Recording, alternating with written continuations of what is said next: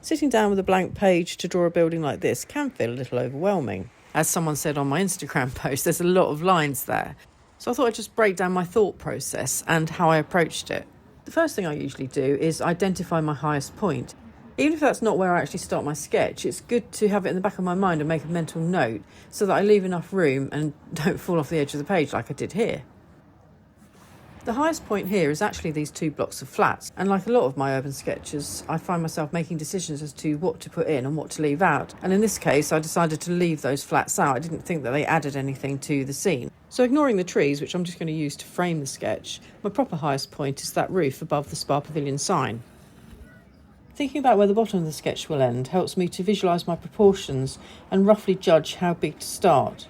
I decided not to go as far down as the roundabout because a boat on top of a roundabout is not something you see every day. So with that, coupled with the fact that it was right in the foreground, I thought it might dominate the scene too much. Judging the width of lines can also be tricky. And here it might look like I'm randomly flitting from big shapes to detail, but there's actually method in my madness because I'm using the Spa Pavilion letters to dictate the width of the line above. So if there's something that you can compare things with, that can often help you to get the width right. Obviously, adding a little bit onto a line isn't the end of the world, but if you draw a line way too long, it can be a little tricky to disguise, especially if you're doing it in pen.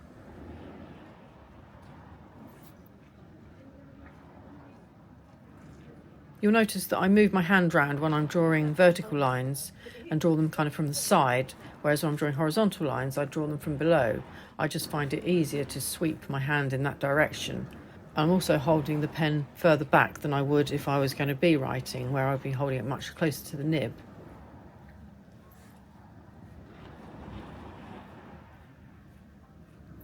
Like I mentioned earlier, someone commented on how I know which lines to ignore.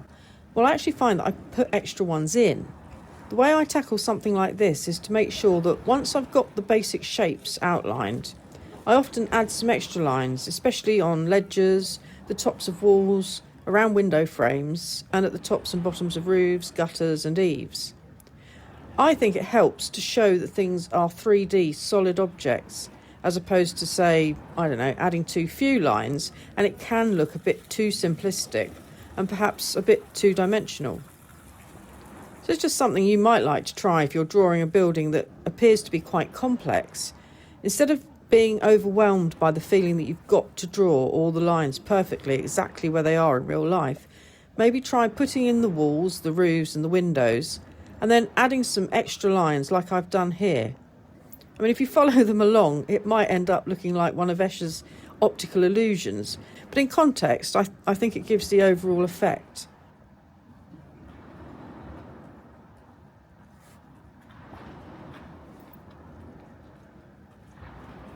When I'm drawing bricks, I just hold my pen very lightly and just let it skim the top of the paper. I don't mind if it actually loses contact with the paper and leaves little gaps here and there. And then I just put in some little vertical lines in random spots.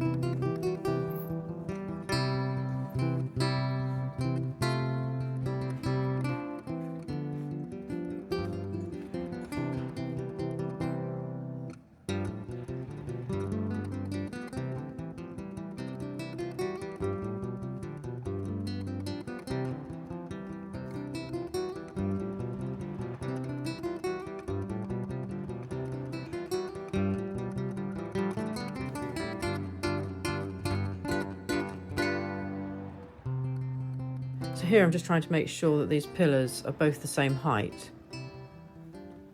I'm constantly measuring things up against each other to try and get them in more or less the right place and the right proportion.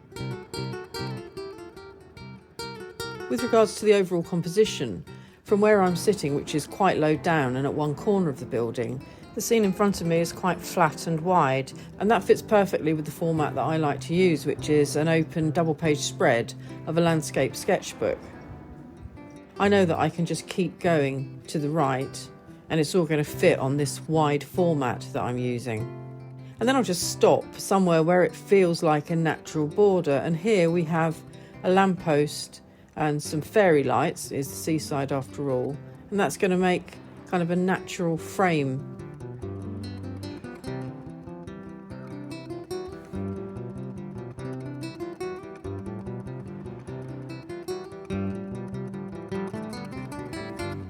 Here I'm working out the perspective and roughly mentally placing my vanishing point. I'm not chasing technical perfection here, I just want it to look convincing. I'm actually sitting on a bench on the prom, which is slightly lower than the ground in front of me, so that shifts how everything lines up. I was actually standing up when I took this photo, so it's not quite what you're looking at here, but I had to stand up so those railings weren't in the way. So that side of the building needs to clearly converge towards the vanishing point. And we've also got those repeating windows. Now there is a precise way to place them. I've got a separate video on that, but today I'm keeping it simple and just letting them get smaller as they recede away from me. Looking at the finished sketch, I can see where it's not mathematically perfect, but visually it works. I think I've got away with it. You can read the depth.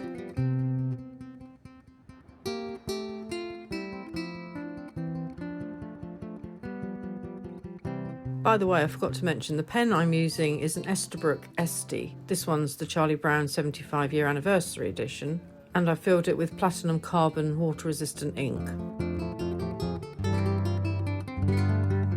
So there's the finished line work, and I'm now going to add a watercolour wash using some different paints for a change. Today I'm going to use my Sennelier set and a size 12 Escoda travel brush.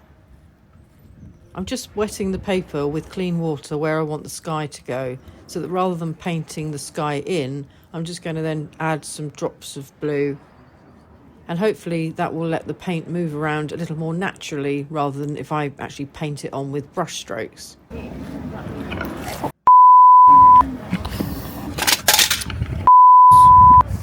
Well, things were definitely moving around naturally, that's for sure.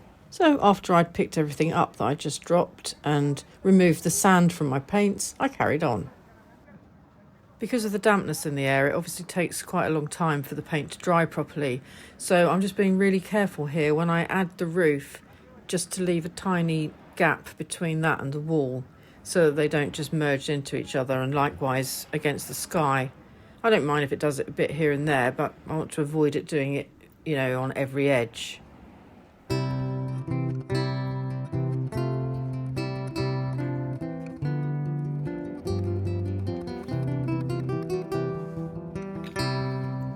I did manage to get most of the painting done on location, but then the sea mist started to roll in and it actually started to get, quite cold and a bit foggy. So I wimped out and carried on at home.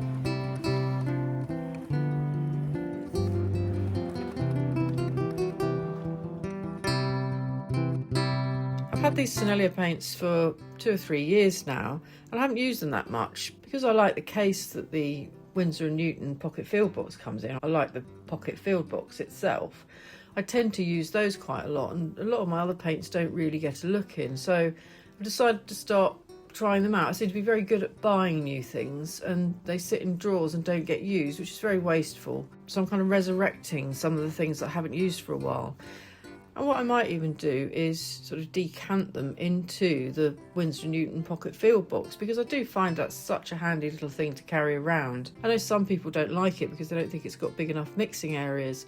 And yeah, you are a little bit limited, but for me it really works. So I may carry on using these paints, but I may put them into that box. I don't know, we'll see.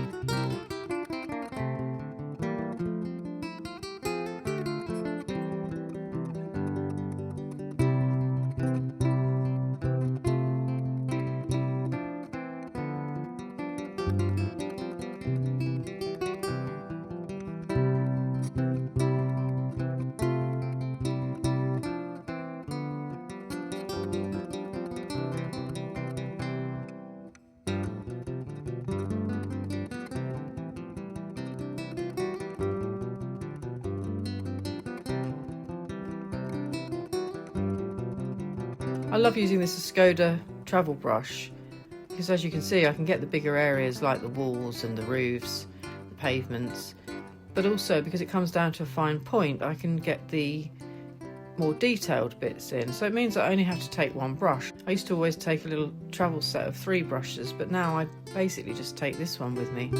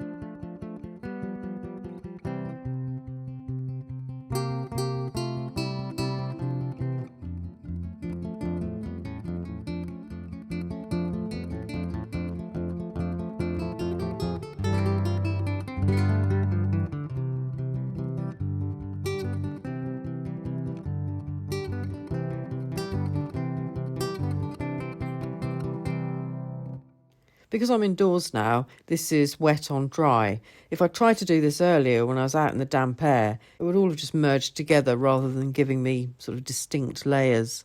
I